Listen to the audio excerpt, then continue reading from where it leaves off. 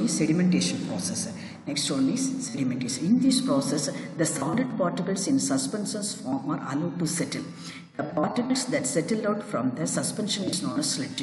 இந்த மாதிரி sedimentation process நம்ம வீட்டுக்குள்ளேயே நம்ம பார்த்துருக்கோம். பைப்லேருந்து தண்ணி வரும்போது ரொம்ப எல்லாம் குழப்பான்னு அப்படியே இதாக இருக்கும்போது என்ன பண்ணுவோம், கொஞ்சம் நேரம் அலோடு செட்டில் அப்படியே விட்டுட்டோம்னா என்ன செய்யும், இந்த கசடுகள் எல்லாம் கீழே அடியில் பதிஞ்சிடும், மேலே வந்து தெளிச்ச வாட்டர் இருக்கும். அதே தான் அந்த சேம் இந்த sedimentation process. In this process the salt particles in suspension form, heterogeneous மிக்சரில் இருக்கக்கூடியது தான் சஸ்பென்ஷன் ஃபார்ம் அப்படின்னு சொல்லுவாங்க. தண்ணியும் அதோட மண் சகதி எல்லாம் சேர்ந்து to form or allowed to settle. These particles that settle out from the suspension is known as sludge. அடியில் இருக்கக்கூடிய அந்த இதுக்கு பேர் என்ன சொல்லுவோம், ஸ்லட்ஜ் அப்படின்னு சொல்லுவோம். கழிவுகள், சேறுகள், படிவு அப்படின்னு சொல்லலாம். படிவுன்னு சொல்லலாம், சேருன்னு சொல்லலாம். Sedimentation process. In this process, the solid particles in suspension form are allowed to settle. The particles that settle out from the suspension is known as sludge. Next one is sludge removal. அடியில் படிஞ்ச அந்த சேர் வந்து எப்படி remove பண்ணணும் அப்படிங்கிறது. இந்த sludge generated by the degradation process. இது ஒரு degradation process.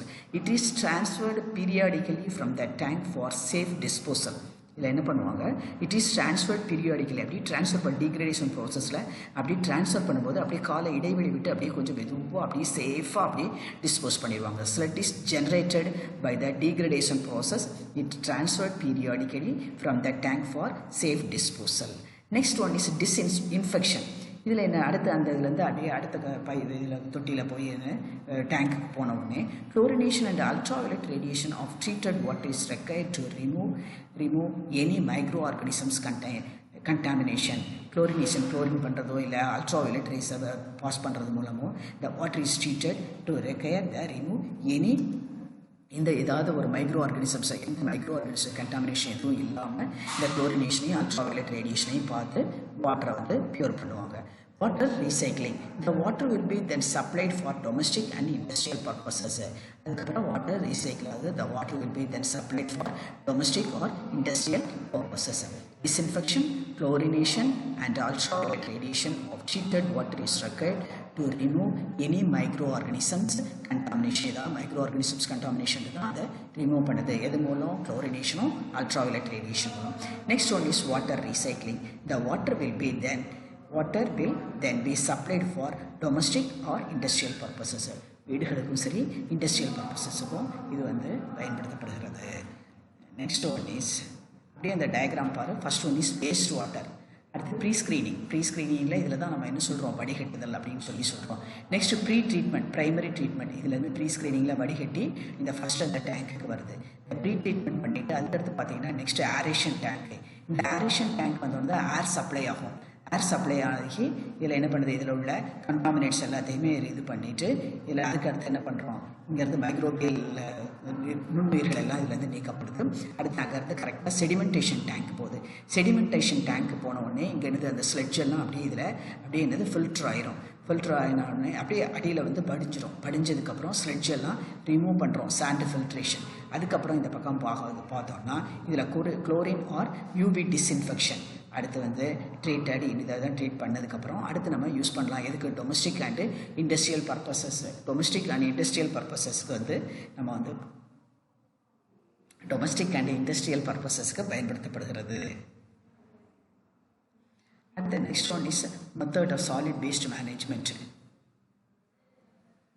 Next, disinfection, solid waste management.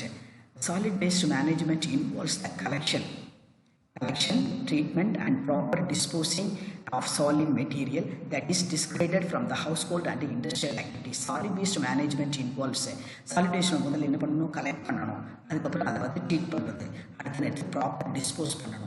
இதெல்லாம் வந்து solid is discarded from the household and industrial activities. ஹவுஸ்ஹோல்ட்லேருந்து இண்டஸ்ட்ரியிலேருந்து கலெக்ட் பண்ண இருக்கக்கூடிய அந்த சாலிட் வேஸ்ட் எல்லாத்தையும் நம்ம என்ன பண்ணுறோம், சேகரித்து ட்ரீட்மெண்ட் பண்ணி ப்ராப்பராக அதை டிஸ்போஸ் பண்ணக்கூடியது. இதுதான் சாலிட் வேஸ்ட் மேனேஜ்மெண்ட்டில் உள்ள 3 இது: collection, treatment and proper disposing of solid material. Next first one is the methods of solid waste disposal. First one is segregation. It is the separation of different type of waste materials like biodegradable and non-biodegradable waste. இது வந்து segregations. இதை என்ன பிரிக்கிறோம் எப்படி? It is the separation of different type of waste material. மக்கும் தாவரங்கள், மக்காத தாவரங்கள், மக்காத பொருட்கள், மக்கக்கூடிய வேஸ்ட்டு, இது மக்காத வேஸ்ட்டு அப்படின்னு சொல்லிட்டு நம்ம என்ன செய்கிறோம், தனித்தனியாக அதை பிரித்து எடுக்கிறோம். Segregation. Next one is sanitary landfill. Solid waste are dumped into low lying ஏரியாஸ். இப்போ என்ன சொல்கிறோம், அந்த சாலிட் வேஸ்ட் எல்லாத்தையும்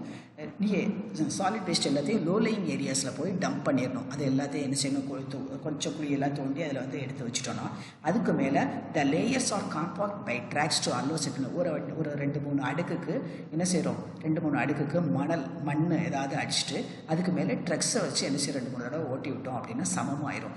அந்த இடத்த பார்க்காகவும் யூஸ் பண்ணிக்கலாம். பார்க், விளையாட்டு மைதானம், அந்த மாதிரி ஏதாவது ஒன்று பண்ணிக்கலாம். The waste materials get established in about 2 to 12 months. Established in about 2 to 12 months. 2 to 12 monthsல என்ன ஆயிரும், அதெல்லாம் நல்லா ஸ்டெபிலைஸ் ஆயிரும். உள்ளே இருக்க ஆர்கானிக் மேட்டர் அண்டர்கோஸ் டீகம்போசிஷன். அதில் இருக்கக்கூடிய ஆர்கானிக் மேட்டர் வந்து அந்த கழிவுப் பொருட்களில் இருக்கக்கூடிய இது வந்து டீகம்போஸ் ஆகிடும். Next one is incineration. Incineration அப்படிங்கிறது எரித்தல். It is the burning of non-biodegradable solid waste, medical waste in properly constructed furnace at high temperature.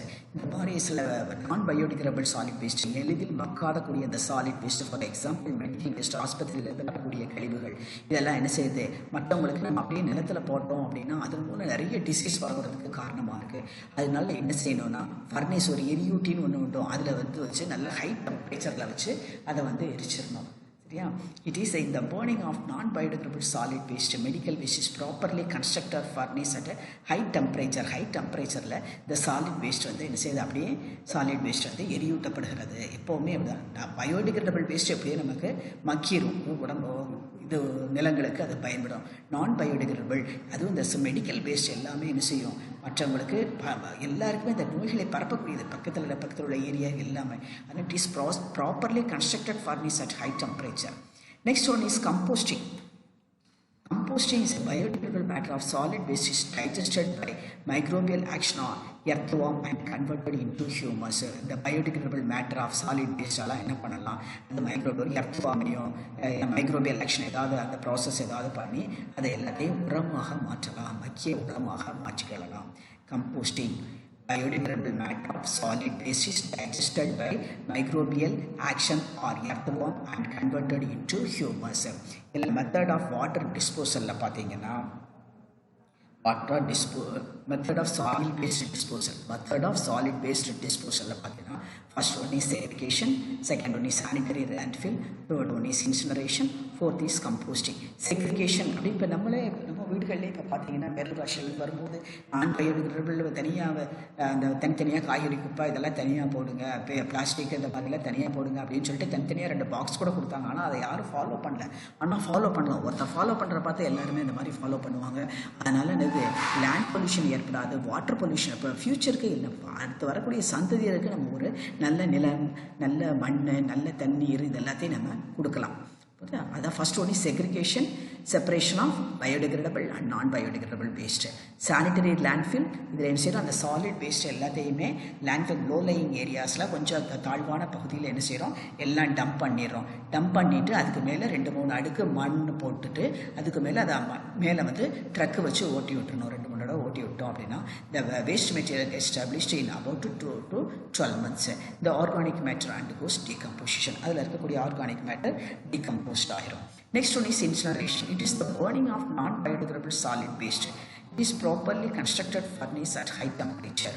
இது வந்து மக்காத அந்த மாதிரி நான் பயோடிகிரேடபிள் சாலிட் வேஸ்ட் எல்லாம் எரிக்கப்படணும் high temperature. Next one is composting.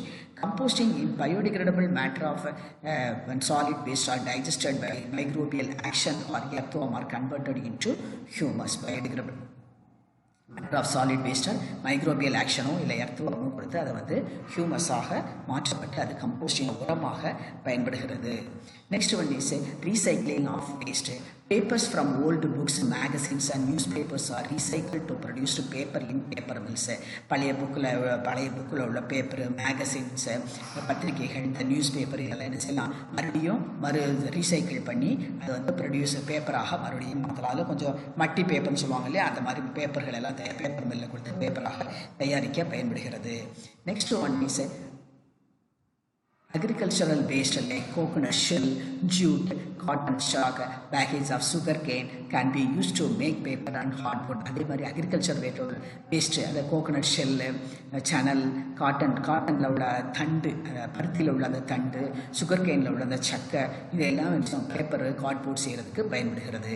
பேடிகஸ் can be used as livestock of fodder. பேடிகஸ்க்கு வந்து அந்த தவிடு, நெல்லில் இருக்கக்கூடிய தவிடு வந்து கால்நடை தீவனமாக பயன்படுகிறது. Agricultural waste like coconut shell, jute, cotton stalk, bagasse of sugar can be used to make paper and hardboard. Paddy cuss can be used as livestock fodder. Cow dung and other organic waste can be used in gobar gas plant to provide biogas and manure for field. Cow dung, மாட்டு சாணம் மற்ற அது organic waste எல்லாருமே கோபர் கேஸாக பயன்படுது. அதிலிருந்து என்ன to provide பயோகேஸாகவும் பயன்படும். அதில் உள்ள சக்கை மீது உள்ளதெல்லாம் மேன்யூராகவும் பயன்படுகிறது. Cow dung and other organic waste can be used in gobar gas plant and to provide biogas and manure for field. Next one, 4R approach. There are the 4R approach such as reduce, reuse, recovery and recycle may be followed for effective management. Reduce குறைத்தல், பயன்படுத்துதல், திரும்பவும் recovery பண்ணுறது and recycle பண்ணுறது, இது எல்லாமே எனது 4 approaches. Reduce, reuse, recovery and recycle maybe சரிப்படுத்துறது and மறுசுழற்சி, இது எல்லாமே followed for effective waste management. முன்னாடி 3R approach இருந்துச்சு, இந்த இப்போ 4R approach. Reduce, reuse, recovery and recycle may be followed for effective waste management. Next one is a point store over. Conservation is a process which is concerned with the use, preservation and proper management of natural resources from destructive activities of human being. Human being conservation of process. Conservation is a process. Environmental ப்ராசஸில் conservation பாதுகாப்பு, சுற்றுச்சூழல் பாதுகாப்பது என்பது அப்படின்னா என்ன அப்படின்னா, it is the human ஆக்டிவிட்டீஸை, the destructive ஹியூமனுடைய டிஸ்ட்ரக்டிவ் ஆக்டிவிட்டீஸில் இருந்து இந்த இதை வந்து பாதுகாக்கிறது. இது